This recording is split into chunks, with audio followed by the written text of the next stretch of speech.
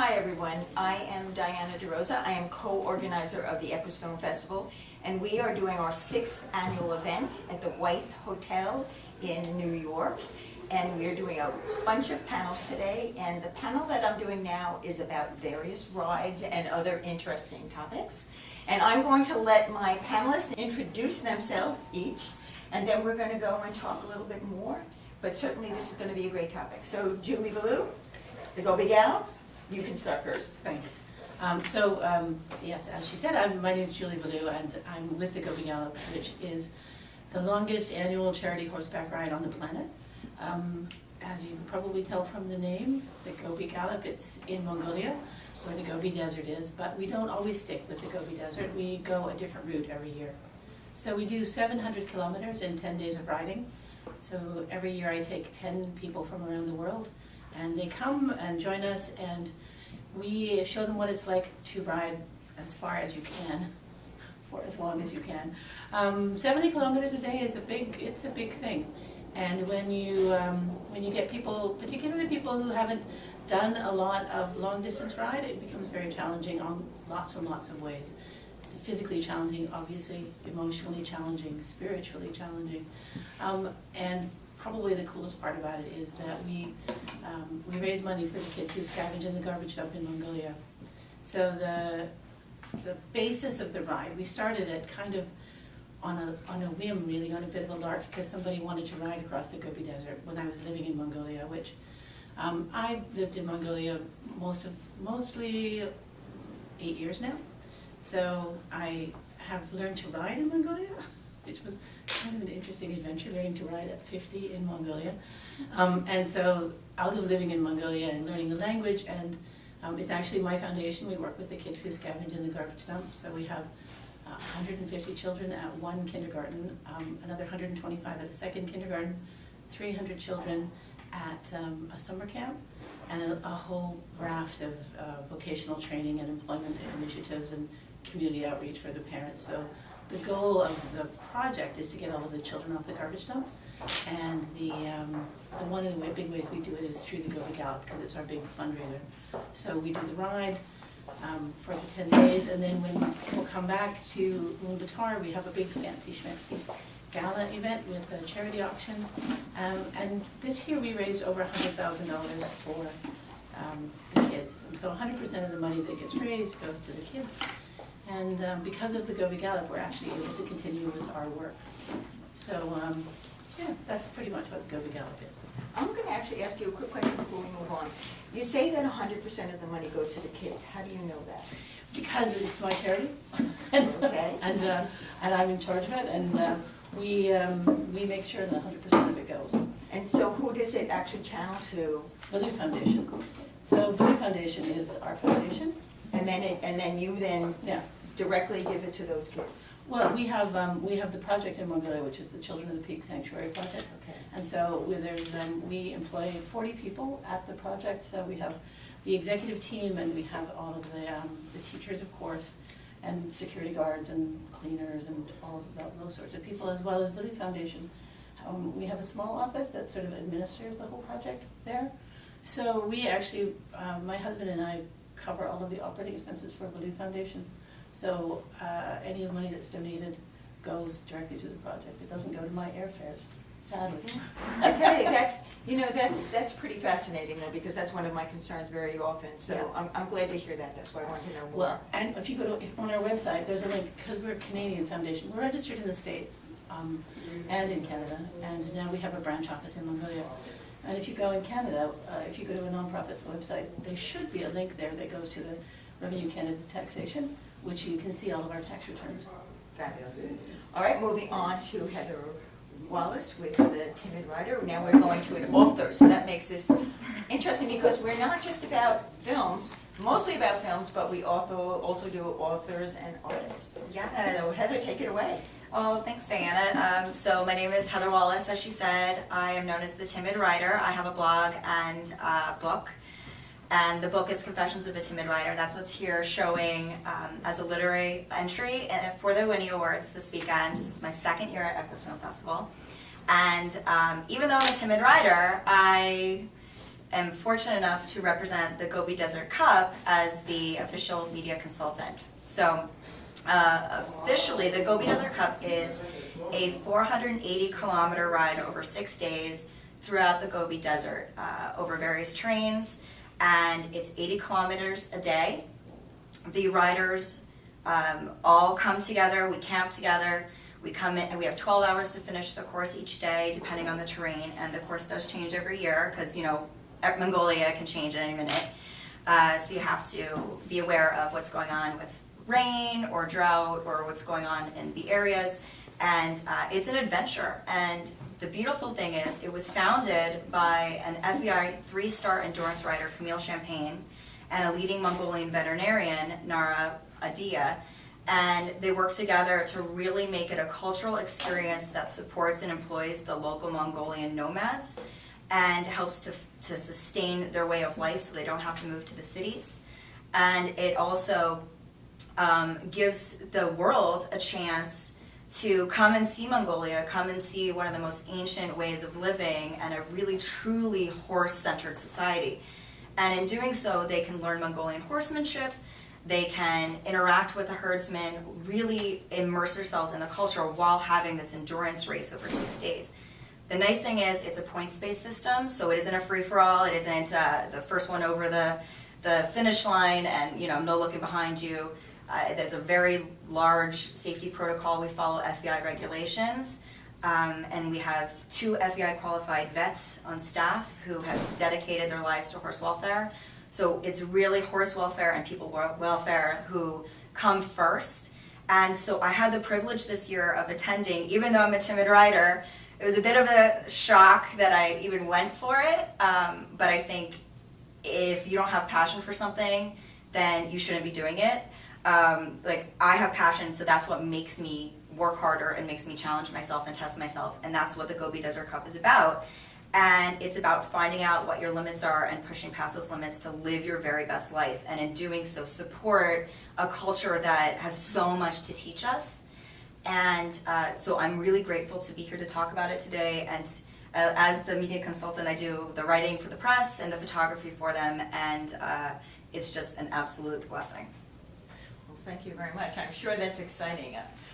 I can't imagine doing that because of the fact that you're riding not necessarily your own horses. Right, it's a horse you don't know. Each day you have very quickly within the first 10 kilometers to get to know that horse, how it works, who it wants to ride with, and how to get yourself to the finish line at the end of the day. Terrific.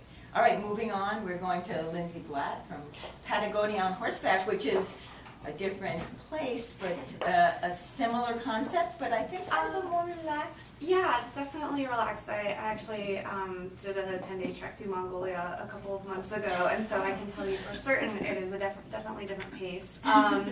Yeah, so this piece follows, there was a group of 13 women doing a 10-day long pack trip through Patagonia on the Argentinian portion.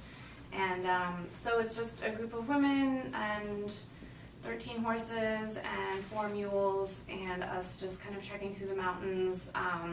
It's fully sustained with all the food that we bring in, and everything that's being cooked is brought with us, and we sleep outside and on the ground and didn't shower for a week and all that good stuff. So Yeah, I think we know all about that.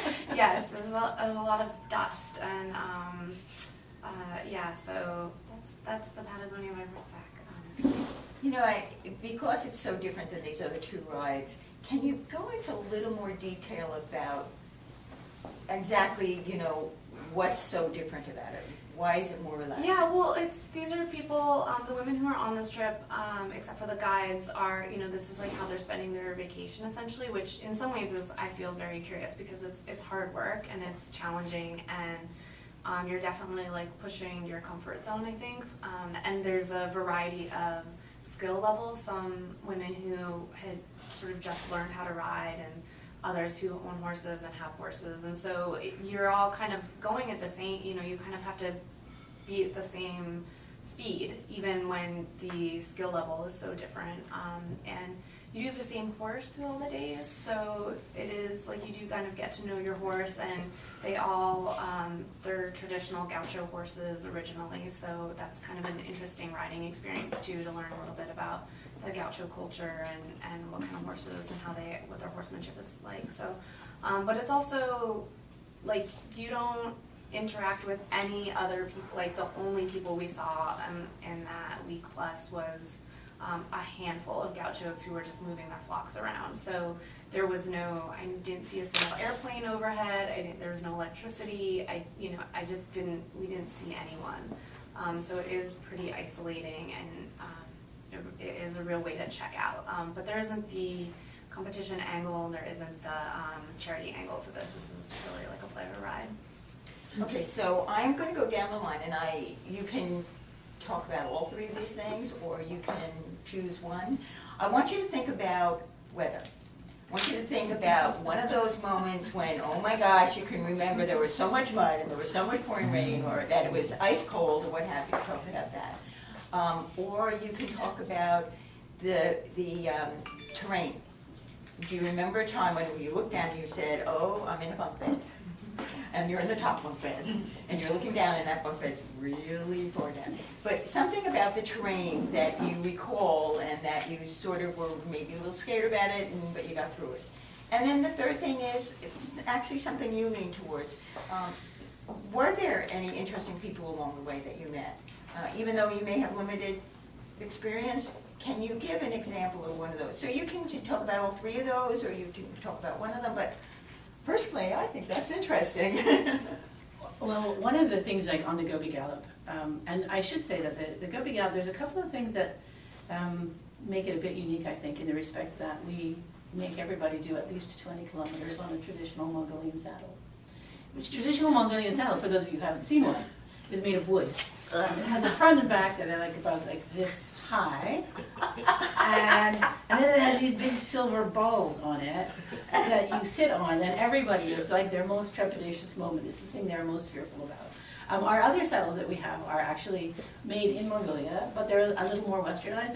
They're modeled on Russian army saddles, and so it's important because the Mongolian horses the rib cage is shaped differently than a Western horse. So they have a triangular rib cage. So if you try to put a regular Western saddle on it, it's going to ruin their back. So it's important to have. And again, the same as she was saying about supporting local. So we buy as much stuff as we can locally. And so while you imagine yourself perched on this saddle, we want to talk about weather and terrain. Weather, without a doubt, hands down, the greatest day was, we have one built-in rest day for the horses and the people in the middle of the Gobi Gallop, which we almost never get to take because something happens. But this particular Gobi Gallop, and we've been doing it now, we've done 6 years now, so next year will be our 7th year. But it was day 2, Saturday, and we woke up and it was just, everybody woke up to their tents full of water because it was just howling with rain and sleet, and it was cold. We do it in June. Should not have been sleeting, but it was. So we take a ger along with us. So for those of you who don't know, ger is a yurt. It's actually a ger. A yurt is the Russian word. It's actually a ger. So and everybody was huddled in their dell, which this is a dell, traditional Mongolian outfit, fantastic for riding in, by the way. And everybody was huddled in them because everybody gets one, and there's an extra layer of warmth.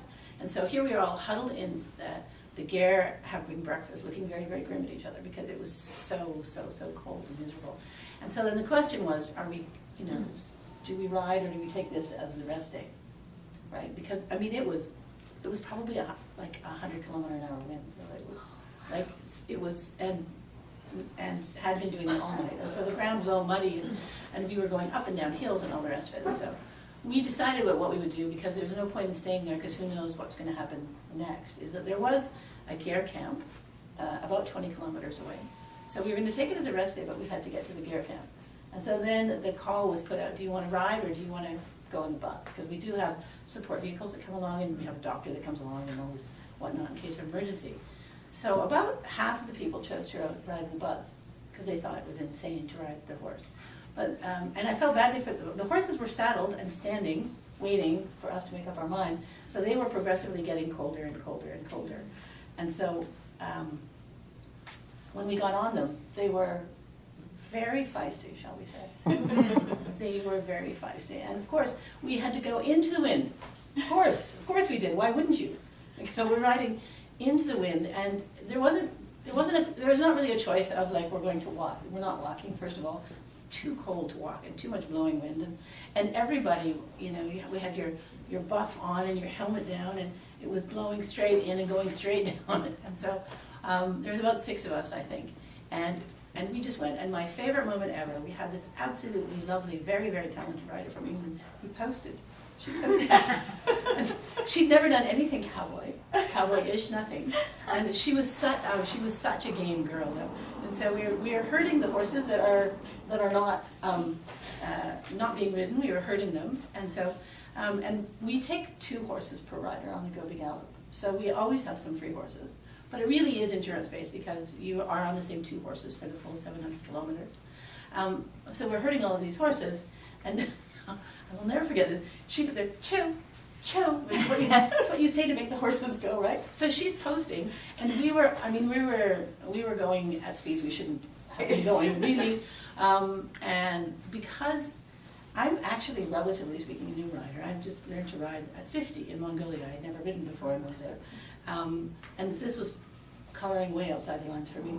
But yeah, it was a lot of fun. So we made the 20 kilometers in about, 8.5 minutes, it felt like. We were going, but we made it to the gear camp, and everybody was completely soaked to the skin. But everybody, people are there. I get to meet the coolest people on the planet on the Gallop, I think. Because these people, they're dedicated, first of all, to helping the kids. They're all, of course, really great riders, and they just have this amazing spirit of adventure, and they just picked themselves up, and they were laughing and having a good time, and then we had to strip everything off because we were just soaked to the skin. So that was definitely a crazy weather event for sure for us. Wonderful. It just goes to show you with Mongolia, right? Yeah. I mean, it's funny because with Mongolia, this was my first year attending, and for the Gobi Desert Cup, it was the 2nd annual ride. So I wasn't really sure what to expect. And I remember waking up one morning and I hear just the pounding rain on the Gare. And I'm thinking, oh my God, I'm not ready for this because it was so wide open. There was mountains in the distance, and we looked outside and we couldn't even see the mountains. I was like, this is not good. So we get all the horses mounted, everybody's decked out in their rain slickers or rain pants, everything. And we have an array of riders. Last year we had 18 riders from 7 different countries, and they go from anywhere from champion endurance riders to eventers, jumpers, and we even had some moms who do a lot of trail riding. And I was like, oh no, someone's going to bail on this, and it might be me. I'm stuck in the car but taking photos. Like, this is crazy.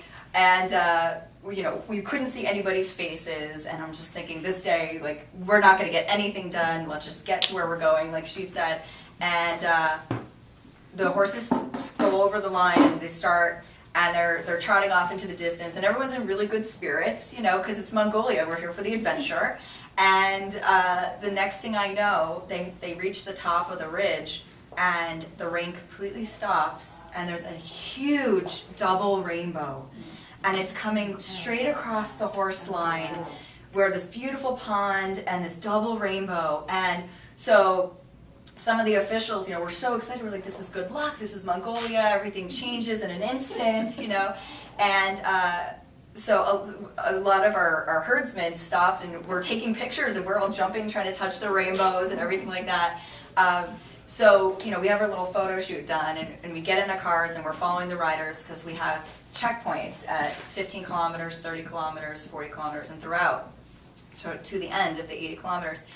And so as we're following some of these riders, they're stripping off their clothes as they're riding, trying not to spook the horses. And finally we just stopped the trucks. We're like, everybody just hand us your jackets. And it ended up being, 90 degrees that day, bright, blistering sun. And so we experienced everything. We experienced the pouring rain, the beautiful rainbows, and the blistering sun. And I think, for me, that was the most Mongolia that, you know, that was because you just have to roll with it, you know. You don't know what you're gonna experience that day, but you're there for the adventure and you're there just to be open to it.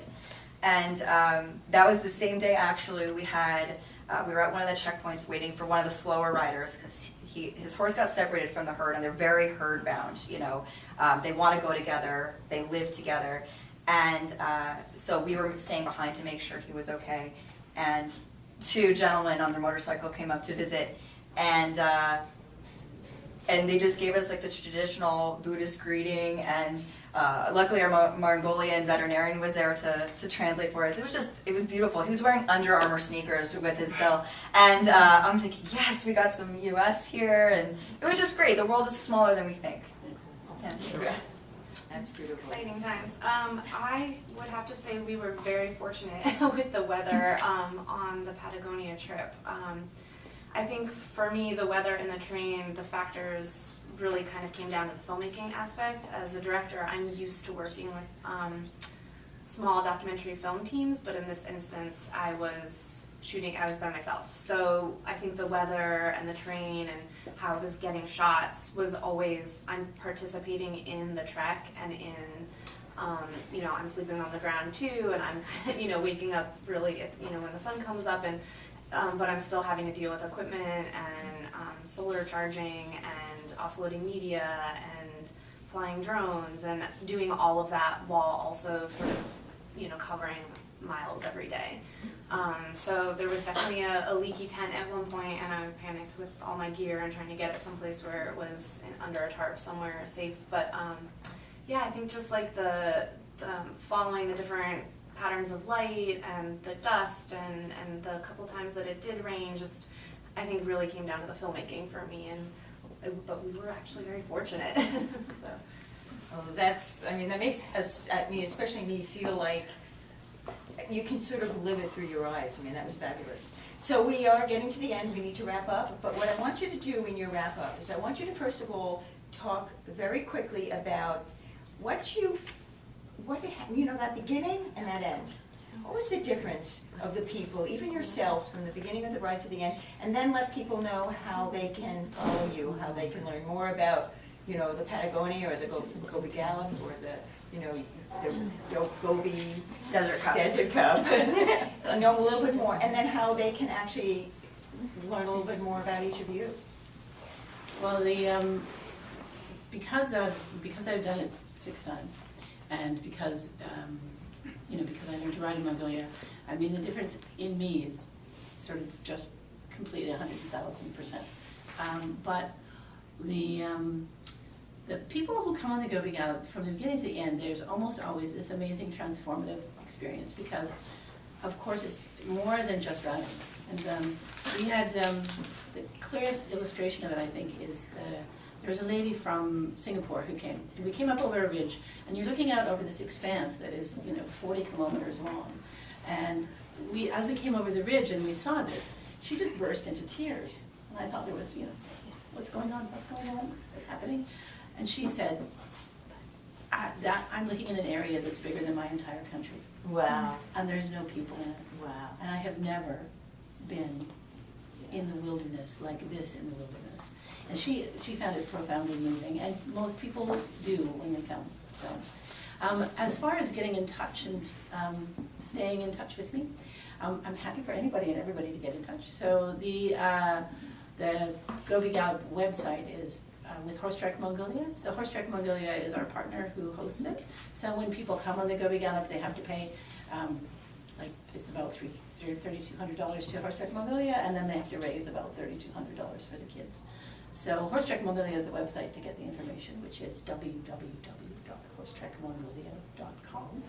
And see, I brought this because I was prepared.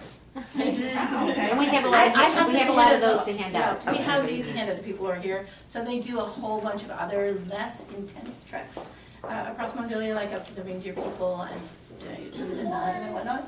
And then they donate 20% of the tariffs from that, not the profits, but the tariffs to the kids, which is a really spectacular thing. So there's that, and if people are interested more in the work, then it's www.lilyfoundation.com. Could you say that again, please? Veloo Foundation, VELOO. VELOO Foundation.com, and conveniently, I have this as well for people who are interested in that. And then the Gobi Gallop is on Instagram and Facebook and everywhere as at Gobi Gallop. And so we do only take 10 riders per year. And while we are technically full for next year, I do have one spot that I'm like, if anybody from the festival wanted to come, assuming that they meet our requirements, because I do interview people. So anyway, there we go. That's the Gobi Gallop. Well Yeah, done. I have handouts. Oh, perfect. Thank you. So our ride, the Gobi Desert Cup, can be found at gobidesertcup.com as well as on Facebook at Gobi Desert Cup. This year was really interesting for me because I was attending as the media consultant. I had never been to Mongolia. I am not what we call a confident rider on horses I don't know. So I'm not also a camper either. So I was living with no electricity in a country with people I didn't know for 2 weeks. And I'll tell you what, I learned so much about myself. I learned so much about other cultures and people, everybody, the riders, the country we visited. It was just absolutely amazing. I'm stronger than I thought. And I actually enjoyed it too. You know, I was thinking, oh, I can do it. But, you know, I loved it. I loved it. And at the end, we kind of had a surprise officials race where, you know, all the officials, including an FEI 3-star rider and an FEI 2-star vet, I got to ride with them and I panicked and all my riders were sitting there like, you can do this, Heather, we've got you.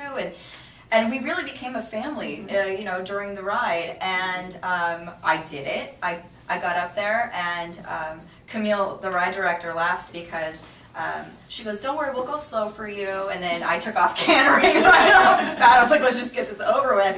And the next thing I know, I'm in a full-out gallop head to head.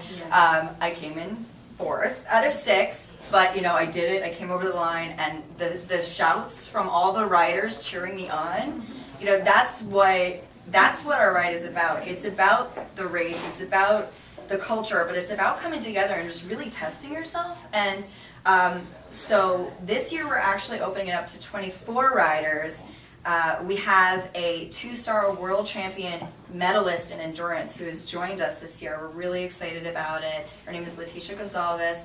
And so we, like I said, we have all range of disciplines, but if you can't ride 80 kilometers in a day, this may not be the race for you. You got to do some training and you got to prep because it is a lot of work, but it is so worth it. And we are still accepting select applications at gobidesertcup.com. Thank you. And Lindsay.